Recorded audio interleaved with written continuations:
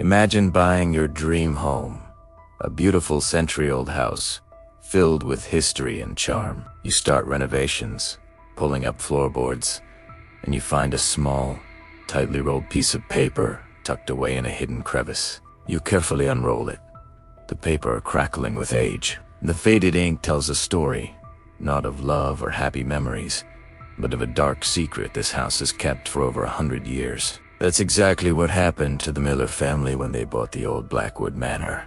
The manor was originally owned by Arthur Blackwood, a man lauded in local history books as a titan of industry, a philanthropist, a pillar of the community. His portraits hang in the town hall.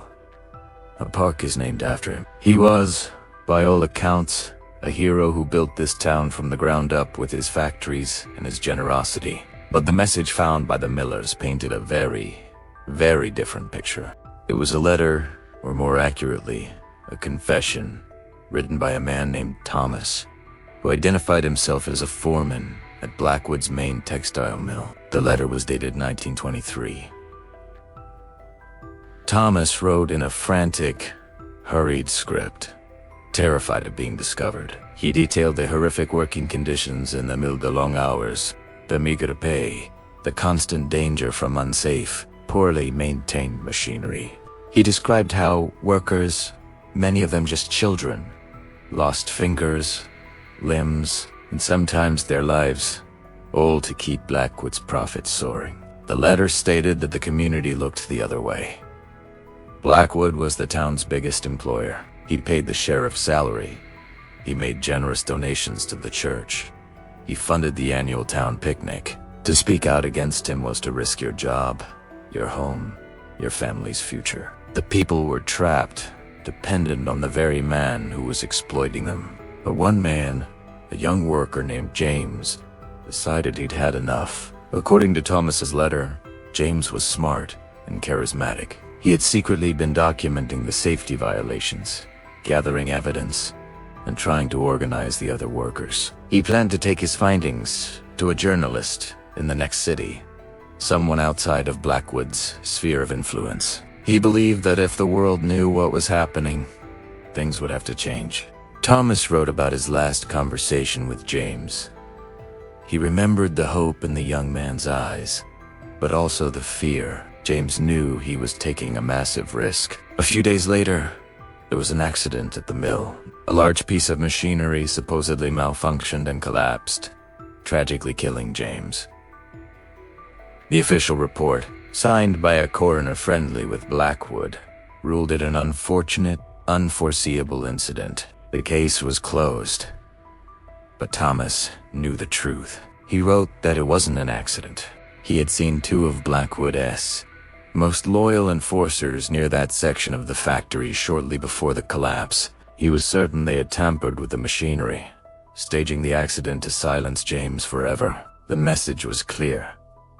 This is what happens when you challenge Arthur Blackwood. Thomas was consumed by guilt and fear. He couldn't go to the authorities. They were in Blackwood's pocket. He couldn't tell anyone in town. They were too scared or too loyal. So, he did the only thing he could think of. He wrote it all down, the truth about the mill, the truth about James's bravery, and the truth about his murder. He hid the letter in the floorboards of the manor, where he was doing some carpentry work, praying that someday someone would find it, and the real story would be told. He ended the letter with a chilling plea. Do not let them forget, James. Do not let this monster be remembered as a hero. When the Miller family read this, they were stunned. They were living in the house of a man who was not a hero, but a villain. They took the letter to the local historical society. At first, there was resistance. The Blackwood myth was deeply ingrained in the town's identity. People didn't want to believe that their founding father was a ruthless criminal. They dismissed the letter as a possible forgery, a tall tale. But the Millers, inspired by Thomas's desperate act, refused to give up. They partnered with a local historian, a woman named Eleanor Vance, who had always had her own suspicions about the sanitized version of the town's history. Together, they started digging. They went through old municipal archives, newspaper microfilms, and forgotten church records. and they started finding a trail of breadcrumbs that corroborated Thomas's story. They found an old, brief newspaper clipping about the unfortunate accident at the mill, which mentioned James by name. They discovered employment records showing an unusually high turnover rate and numerous reports of injuries that were never officially investigated. Most damning of all, they found financial ledgers showing large, unaccounted-for payments from Blackwood to the town sheriff and the coroner just days after James's death. Eleanor Vance also managed to track down the descendants of other mill workers from that era. As she shared Thomas's letter, a flood of stories, passed down through generations, came pouring out. Stories of intimidation, of injuries covered up, of families being run out of town for speaking up. It turned out the community hadn't forgotten. They'd just been silenced. The fear of Blackwood's legacy was so powerful, it had lasted a century. The evidence was undeniable. The community was forced to confront a painful truth. The man they had celebrated for 100 years was responsible for the suffering and death of the very people who built his fortune. The heroic statue in the town square now seemed like a monument to a lie. This discovery sparked a massive debate in the town. What do you do when your history is built on a dark secret? Do you tear down the statues?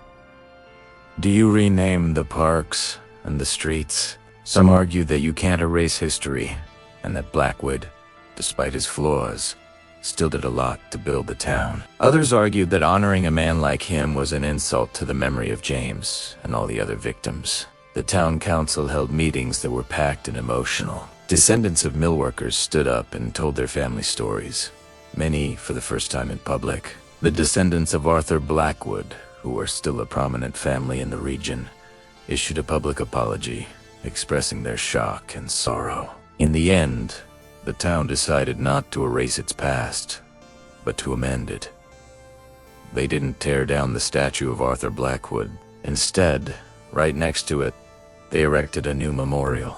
It's a simple, poignant monument dedicated to James and all the unnamed workers of the mill. It lists the names of those who were injured or killed, pieced together from the old records Eleanor and the Millers had uncovered. And on the plaque of this new memorial, the final words from Thomas's letter are engraved for all to see. Do not let them forget James. Do not let this monster be remembered as a hero. The town's history is now more complicated, more painful, but also more honest. The story is no longer just about the rich and powerful man who built the factories. It is also about the bravery of a young man named James who dared to speak truth to power, and the courage of a foreman named Thomas who ensured the truth would not be buried forever. It's a powerful reminder that history is often written by the victors. But sometimes, if you look closely enough, even in the floorboards of an old house, you can find the stories of the people who fought back. Thank you for watching. What do you think this town, or any community, should do when it uncovers a dark part of its past? Let me know your thoughts in the comments below. And if you found this story as fascinating as I did, please hit that like button and subscribe for more hidden histories. See you next time.